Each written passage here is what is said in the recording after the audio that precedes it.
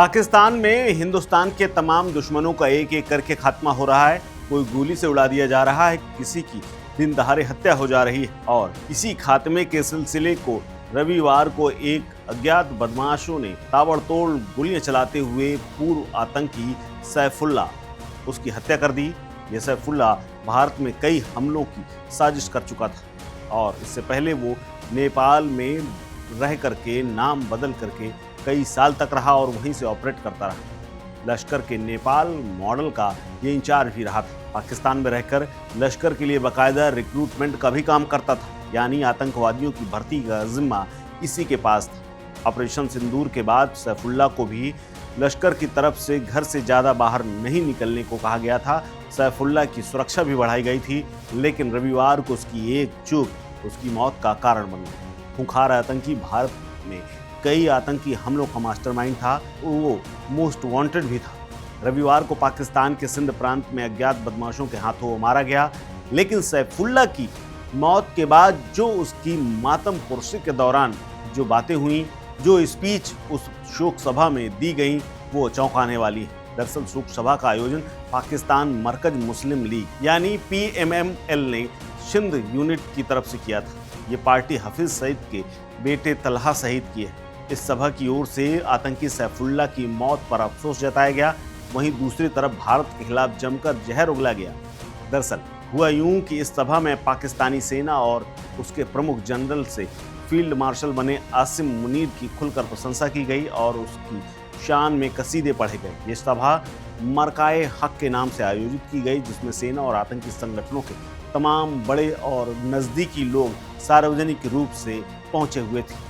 PMML वही party है जिसके टिकट पर तलहा सईद ने लाहौर से असेंबली नेशनल इलेक्शन लड़ा था।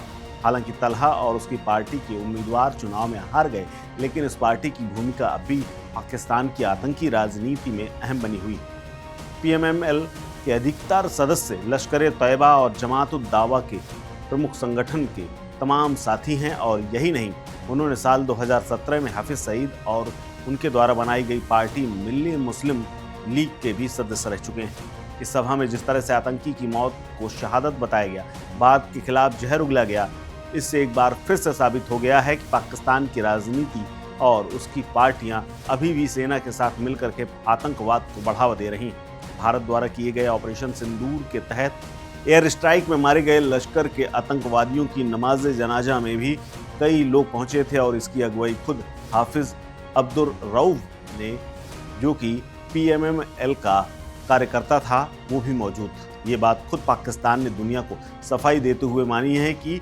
ये कोई पहली बार नहीं जब पाकिस्तान में सेना और आतंकी संगठनों का गठजोड़ का पर्दाफाश हुआ।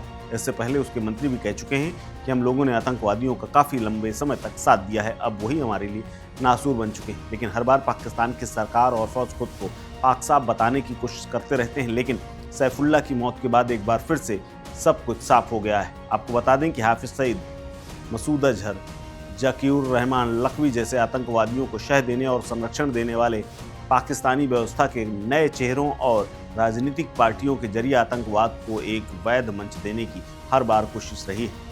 इंडिया के मोस्ट वांटेड आतंकवादियों की लिस्ट में शामिल सैफुल्ला खालिद लश्कर तैयबा का टॉप कमांडर और ऑपरेटिव था।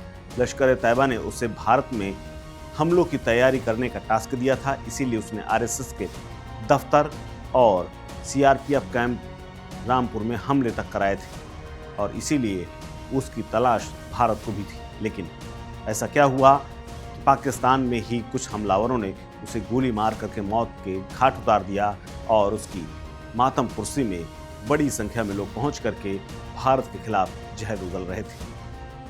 इस खबर में फिलहाल इतना ही। अपडेट्स के लिए बने रहिए वन इंडिया हिंदी के साथ। नमस्कार। Subscribe to One India and never miss an update.